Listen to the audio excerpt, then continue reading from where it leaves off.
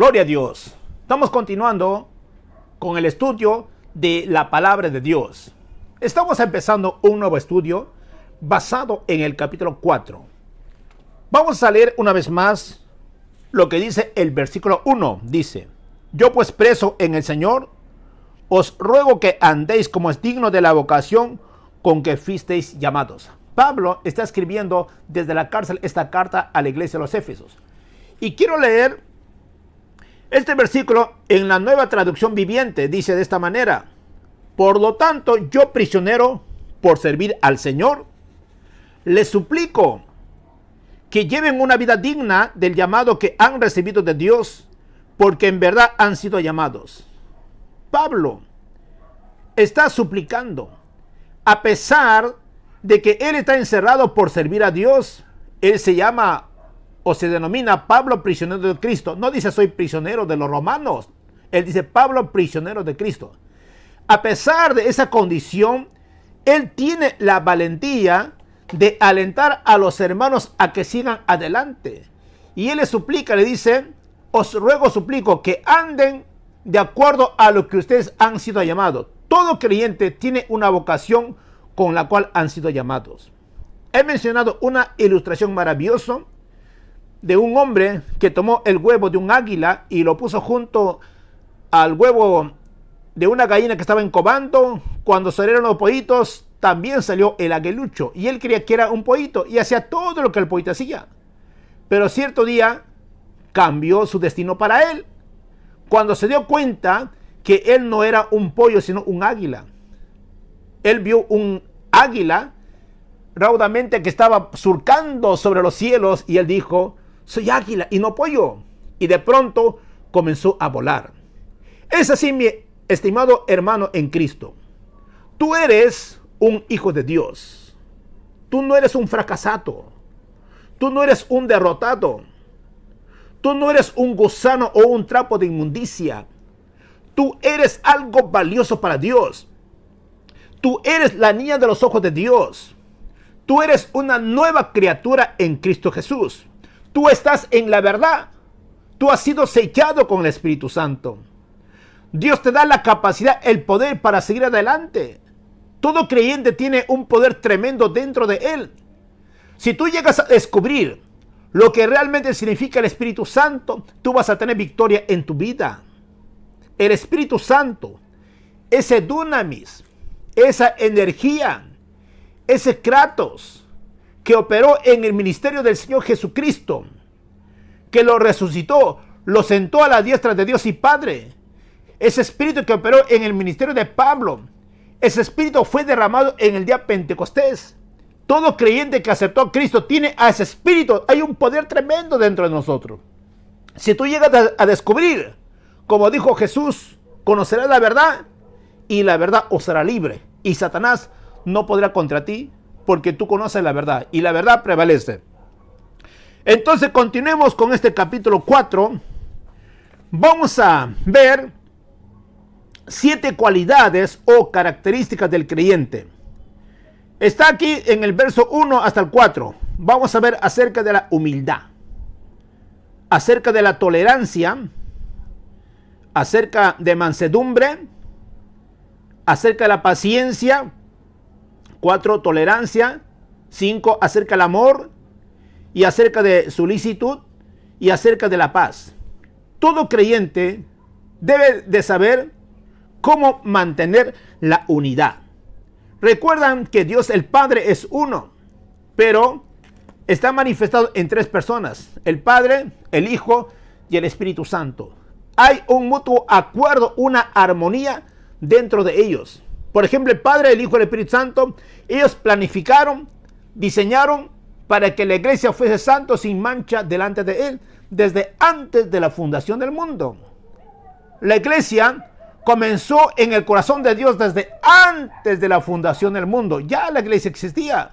Dios ya nos había elegido, ya nos había predestinado. Dios ya nos había adoptado, ya nos había aceptado. Y gracias a esto se hizo una realidad a través de la presencia de Jesucristo, cuando Él llevó a cabo la obra redentora. Y más a todos a los que hemos recibido, hemos sido llamados hijos de Dios. ¿Y qué más, no? Que el Espíritu Santo da testimonio a nuestro espíritu de que somos hijos de Dios. Pues ahora nosotros tenemos una gran responsabilidad como creyentes. De esto se trata el capítulo 4, de llevar una vida práctica, de practicar en la cual hemos sido llamados. Hemos sido apartados del mundo, somos para Dios, entonces ahora tenemos que servir a Dios. Pablo dice, somos salvos por gracia, no por obras, pero sí para hacer obras. Pues ahora vamos a ver uno de los ingredientes número 1 para mantener la unidad. Vamos a ver acerca de la humildad. Si no hay humildad dentro del cuerpo de Cristo, se perdió todo. Jesucristo dijo, aprended de mí que soy manso y humilde. Qué buen ejemplo de nuestro Señor Jesucristo, una persona manso, una persona humilde, que nosotros podamos aprender de Él y ponerlo en práctica. La palabra humildad es una virtud que consiste en el conocimiento de las propias limitaciones y debilidades. La persona tiene la capacidad de restar importancia a los propios logros y defectos y errores. La humildad es poner primero a Cristo, después a los demás y al último a nosotros. Pero no nos gusta. Primero somos nosotros. Por ejemplo, en el pronombre, ¿no? Yo, tú, él. Siempre está el yo primero, el egoísmo, el ego. ¿Por qué no decir ellos, él y nosotros al último? No, estamos acostumbrados. Yo primero. Nuestra prioridad como cristiano es Dios. Dios es el primero. Después de Dios, la prioridad para el creyente es su familia. Después de su familia viene la iglesia. Después de la iglesia viene el trabajo. Pero hacemos al revés. A veces damos importancia a nuestro trabajo o a veces a la familia y dejamos a Dios de lado. Pero no, hermanos. Nuestra unidad en el Señor es de acuerdo a lo que es Dios. Dios primero. Luego tu familia. Dentro de la familia están primero los papás. Después de los papás vienen los hijos. Pero a veces es al revés. A veces se pone primero al hijo y los padres atrás. Eso no es el orden cristiano.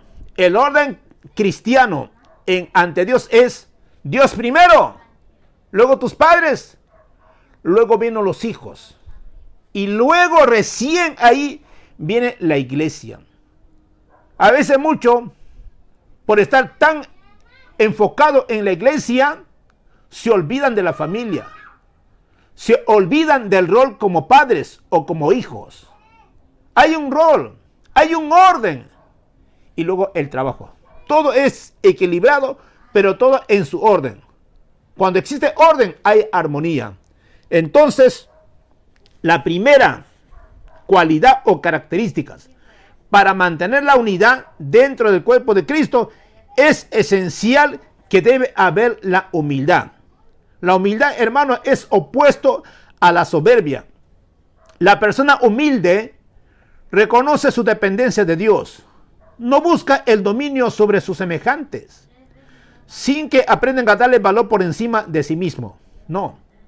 La humildad, hermano, es reconocer su dependencia de Dios. La persona humilde va a depender de Dios, va a necesitar de Dios. En cambio, la soberbia, los sinónimos, voy a leer acerca de la soberbia, es altivez, altanería, arrogancia, vanidad.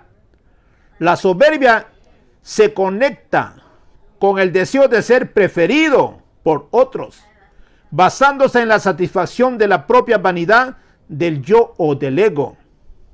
¿Y qué decir del orgullo? El orgullo conduce a las luchas, a las rivalidades, a las peleas, a las riñas. El orgullo dice, gracias a mí, todo lo que yo tengo, por mí está esto, por mí se hace esto. Yo no necesito que nadie me aconseje. No necesito que nadie me reprenda, que nadie me exhorta. No, yo soy el único. Eso dice la persona orgulloso. En Santiago 4:6 dice, pero Él, se refiere a Dios, dice, da mayor gracia. Por esto dice, Dios resiste a los soberbios y da gracia a los humildes. En 1 de Pedro capítulo 5, verso 5 dice, igualmente jóvenes, estad sujetos a los ancianos y a todos sumisos unos a otros, revestidos de humildad, porque Dios resiste a los soberbios y da gracia a los humildes. Hay una ordenanza. Dice, igualmente jóvenes, estad sujetos. Pero en este tiempo en lo cual vivimos, ya no hay sujeción. Ya no hay respeto. Toda sujeción se ha malogrado. Por eso hay un caos.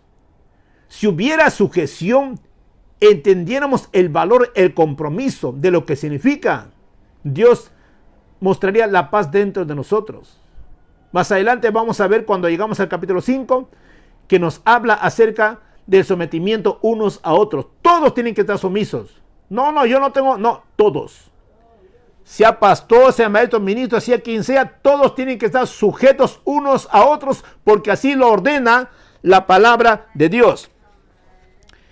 En Salmos 147:6 dice, Jehová exalta a los humildes y humilla a los impíos hasta la tierra. Gloria a Dios.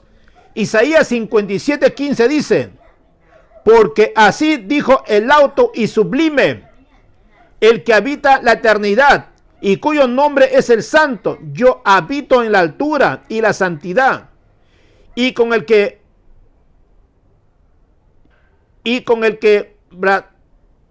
quebrantado humilde de espíritu, para hacer vivir el espíritu de los humildes y para vivificar el corazón de los quebrantados. Esto es lo que dice Isaías 57:15. Dios sublime que habita en la eternidad. Dios habita con el quebrantado del espíritu. Él va a hacer vivir que nosotros seamos humildes. Cuando nosotros nos sometemos a la voluntad de Dios, todo va a ser fácil y todos necesitamos, hermanos, la bendición de Dios. Sin la humildad, hermanos, no hay unidad. Si tú tienes unidad, el cuerpo de Cristo va a estar unido. Si tú muestras tu humildad dentro de tu familia va a estar unido. Pero si no hay humildad, todo se destruye. Pues ahora veamos el ingrediente número 2 acerca de la mansedumbre. Vamos a leer Efesios capítulo 4, versículo 1 dice, yo pues preso en el Señor os ruego, Pablo está rogando en que nosotros andemos como es digno de la vocación con que fuimos llamados. Dice con toda humildad. Ya vimos acerca de la humildad. Y ahora dice, y mansedumbre, soportándoos con paciencia los unos a los otros. Recuerden que lo opuesto a la humildad es la soberbia, la arrogancia, la altanería y luego el orgullo. El orgullo es el primer pecado registrado en la Biblia que estuvo en el corazón de Lucifer. Es una persona soberbio. Él quiso ocupar el lugar de Dios. Nosotros dentro de nuestro hogar, dentro de la iglesia, tenemos que mantener humildad. Hermano, tú no tienes que tener envidia de nadie, de ningún ministro, de ningún siervo de Dios. Todo es paso a paso. Si tú quieres que Dios te exalta, tienes que humillarte primero. Y luego Dios te va a exaltar, Dios te va a promover. Tú tienes que ir despacio, paso a paso. Entonces la segunda característica para mantener la unidad dentro del cuerpo de Cristo o también dentro del hogar es, dice, mansedumbre.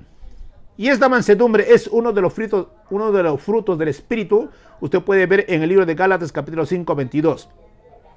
Escuche esto, mansedumbre no es debilidad, sino todo poder bajo control. Es la virtud que controla, modera la ira y sus efectos desordenados. Evita todo movimiento desordenado de resentimiento. Hermanos, la persona humilde va a agradar a Dios. Dice en el Antiguo Testamento, en Números 12:3, dice acerca de Moisés: y aquel varón Moisés era muy manso más que todos los hombres que había sobre la tierra. Y en el Nuevo Testamento encontramos cuando dice Jesús en Mateo 5:5: bienaventurados los mansos, porque ellos recibirán la tierra por heredad. Gloria a Dios. La mansedumbre significa tener una disposición a ceder sus propios derechos. La mansedumbre dentro de la teología cristiana se define como el proceso interno por medio del cual la persona vive en paz, tiene paz en su interior. En Salmos 37:11 dice: pero los mansos heredarán la tierra y se recrearán con abundancia de paz.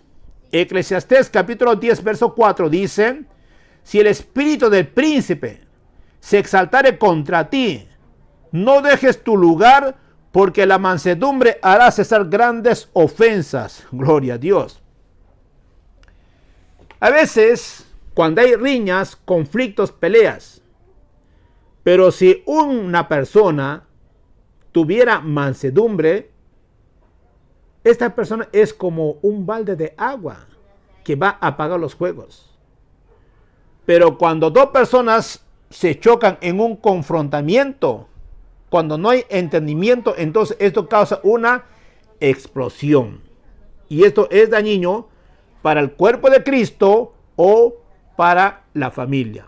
Por eso es muy importante ser humilde y ser manso. No es difícil, todo es posible con la ayuda de Dios. Y en la siguiente clase vamos a explicar mucho mejor más con ejemplos acerca de la mansedumbre. Que la paz de Dios y el amor, la comunión del Espíritu Santo esté con cada uno de vosotros. Gloria a Dios, gloria a Dios.